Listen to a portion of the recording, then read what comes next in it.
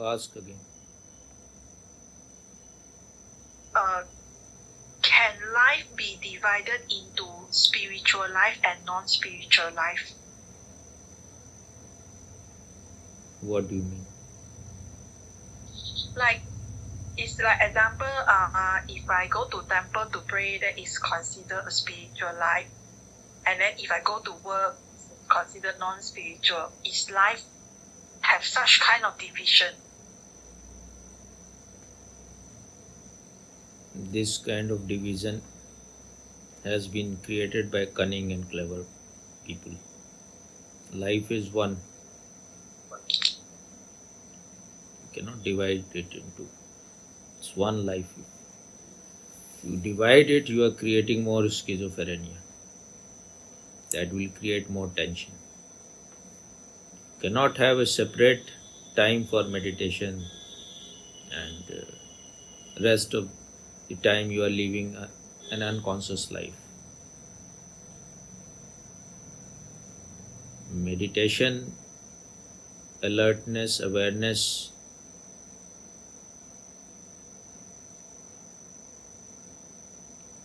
should envelop your whole life. It should. That kind of meditation is just a mental entertainment. That's why most of the people do such meditation, because 1 hour they have fulfilled their duty. They have pleased the God. Now they can do their stupid activities.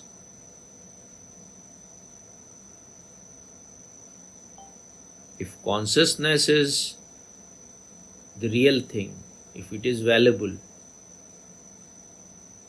if it is the inner light, how can you switch off the light for rest of the 23 hours?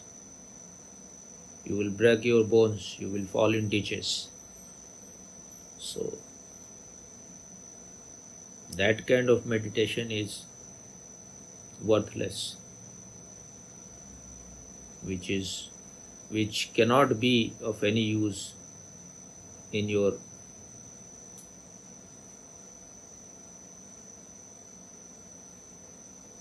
whole life. You wanted to divide it so that rest of the life you can just do your stupid things. Why you are moving your head? I'm asking you, so you have to speak in words. No, actually it's not. It's not that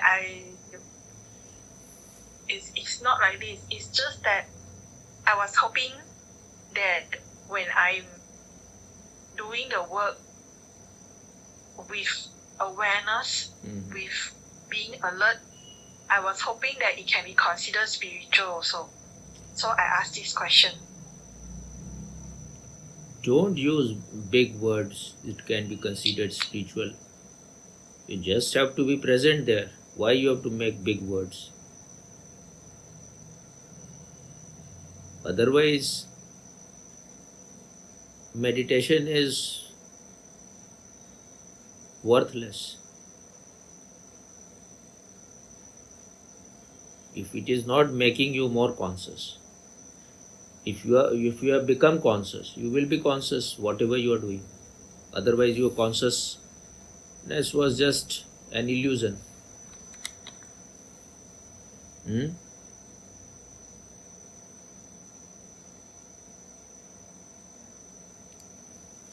But you need to be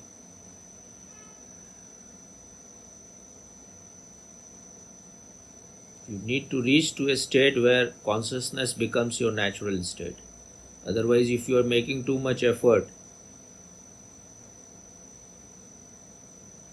while driving, you are trying to be conscious, maybe you will become absent and then you will have an accident. That's why you need at least 1 hour a day where you have forgotten the whole world and you are settled in your being, so that you know what it means to be aware, what it means to be conscious. It combines two opposite things. You are totally alert, but you are not tense. You are as relaxed as you are in sleep. That's why Patanjali described Samadhi as Jagrit Susupti. That means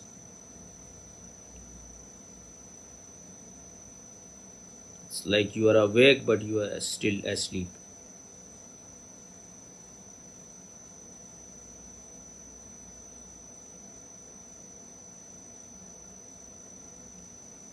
You are as relaxed as you are when you are in sleep, and you are totally awake also.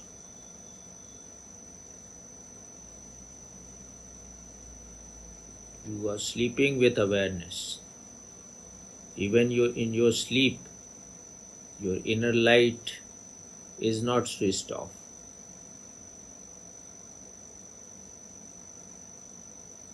It is passively aware, or you can say it is on standby mode. Anything happens there, then it is registered. Is it clear? Yes, clear, Swami. You want to ask anything more, or it's all?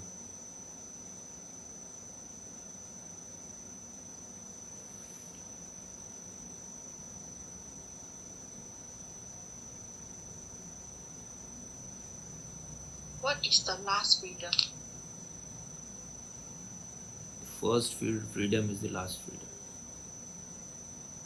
And what it is? It is knowing your real nature.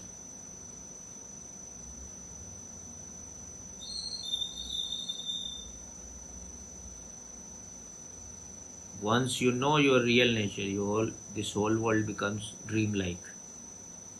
So you were talking there are so many galaxies, so many planets. I hope someday they will come to know. Something like that, stupid things. Once one who has come to know himself, for him the whole life becomes a dream. That's why in science there is nothing like ultimate truth. They go on changing their version because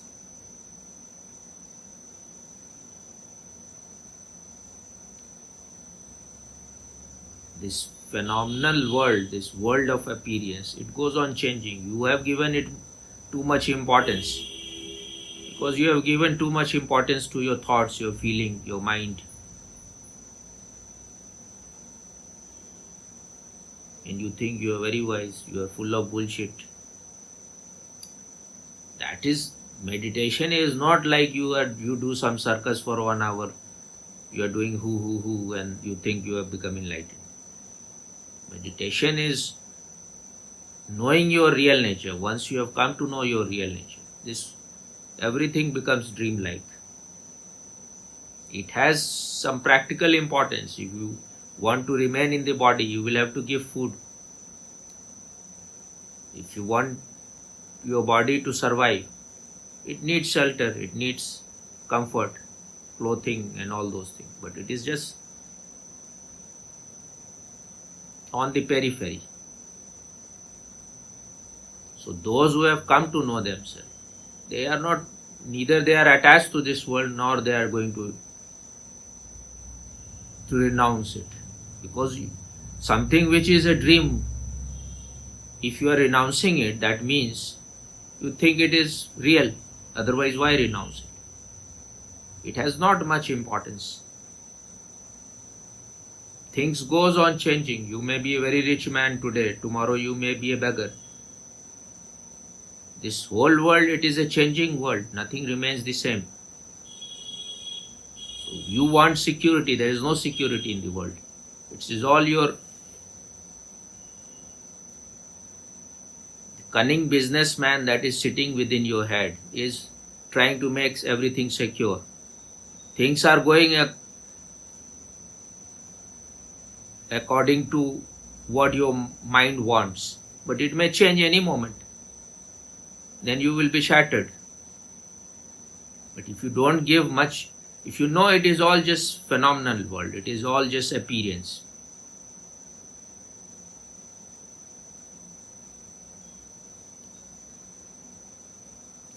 The only thing which was, which will be, is your real nature.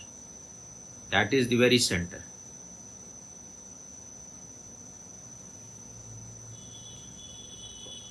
All these planets and galaxies, these are just, everything is mystery. You may be thinking you have known much, but that may be just a dream. Einstein used to say that when I was young, I thought that science will know everything. But as I am growing old, I am becoming like a mystic.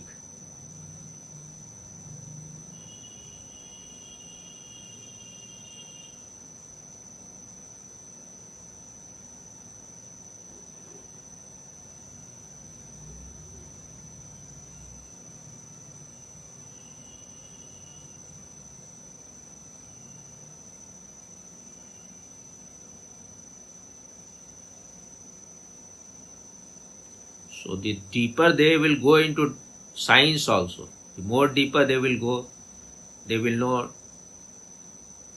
it is also mysterious. And they are finding it. That's why there is quantum physics. That's why there are theories like theories of uncertainty.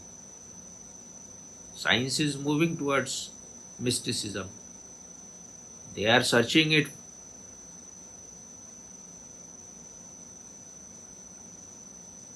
in the matter, but they found there is no matter. It is all energy, it is all condensed energy. So only those who are superficial scientists, they have the illusion that they will know everything.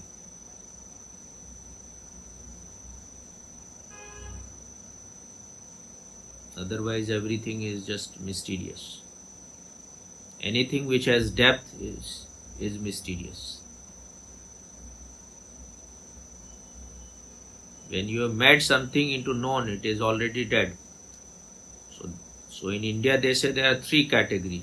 One is known, which you have already known. Other is knowable, or you can say unknown. At present unknown, but you will know one day. And there is third category, which is called unknowable. You can never reduce it into knowledge. It is a mystery. And one who has lost the sense of mystery is already dead. There is no poetry in his life. There is no juice in his life. Only small things can be known. That which is infinite, you can just drown in it. You can dissolve in it. You can melt in it. But you cannot make it into a knowledge.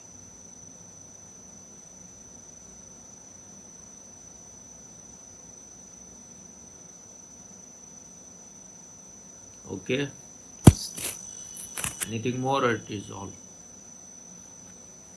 Do you still want to answer question? I have one more question. Okay. I ask Swami. Why is it that we find spirit, like what we label as spiritual people, they are not interested in politics, and we also hear them saying that I'm not interested in politics. Why spiritual people avoid politics? Who is avoiding?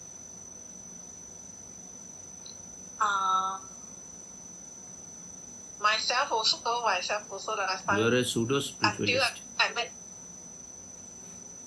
So can you explain what is real spiritual and pseudo spiritual? Those who are trying to escape from life, they are pseudo spiritualist.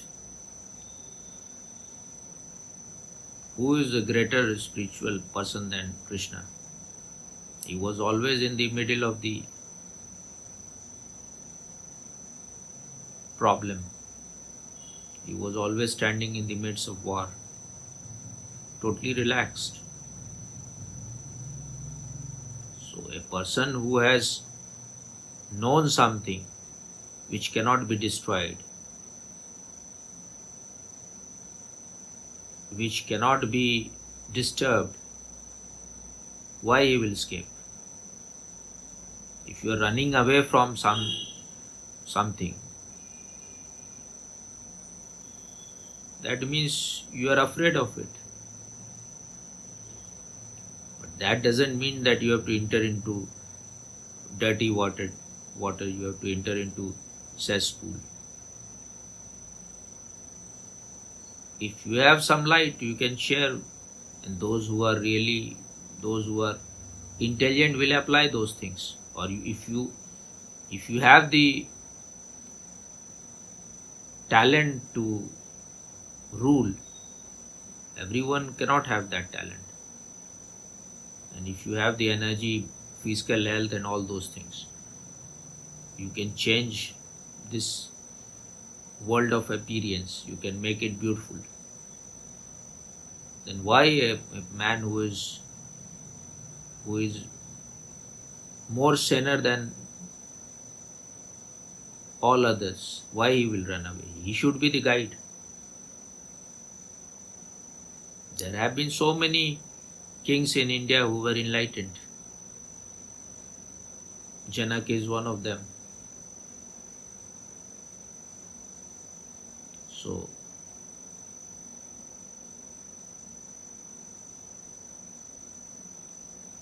Ram was also a king.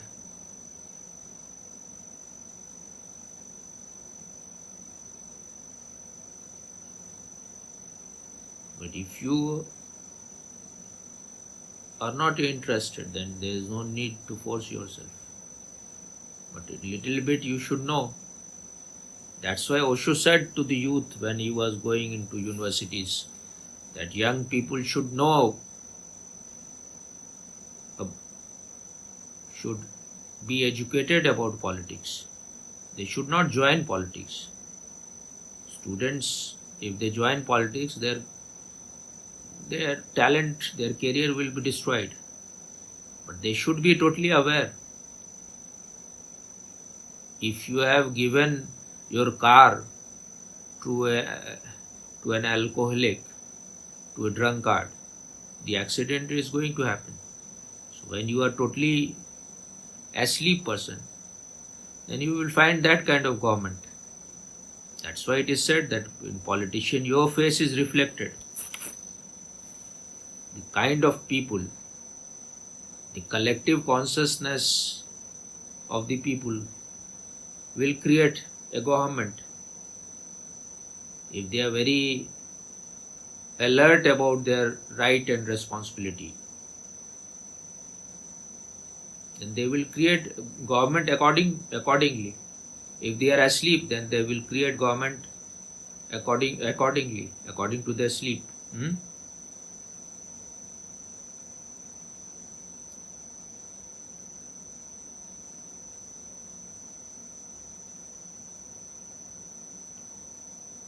But if you are in your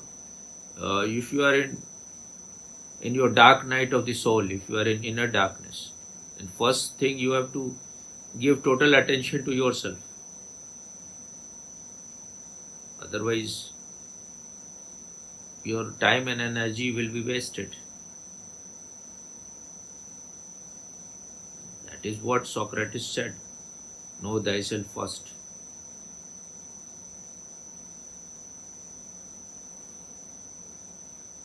Who was escaping? Socrates was escaping from it. Osho was escaping from it. Even Buddha was not escaping. He was guiding all those people. All the sages in India, the sages of Upanishad, they were in their Gurukul.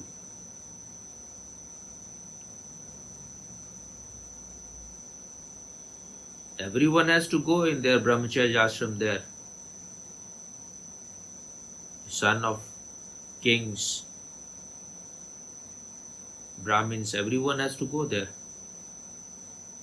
They will become politician and they will become king in future. And they will always come to the sages for guidance. So if they were guiding, And if they had no understanding, how they will guide? A man who is sitting on the Himalayas will have a bird eye view. He can see everything what is in the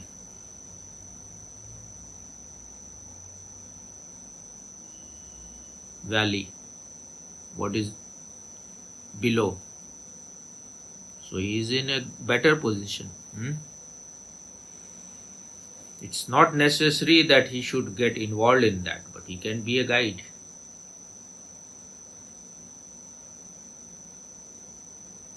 He has the eyes. He may not be having the legs, but he has the eye. Politicians have the leg, but they don't have the eyes. So if both meet, then good world will be created. I think in Modi we saw that that's where these two meet. Let us see. There is no need to conclude so quickly. I am just saying he is better than all others at present who are available, especially in India. But he definitely has something, but we will have to see more how further he can take. Only economic development is not going to solve things. So let us see. Okay.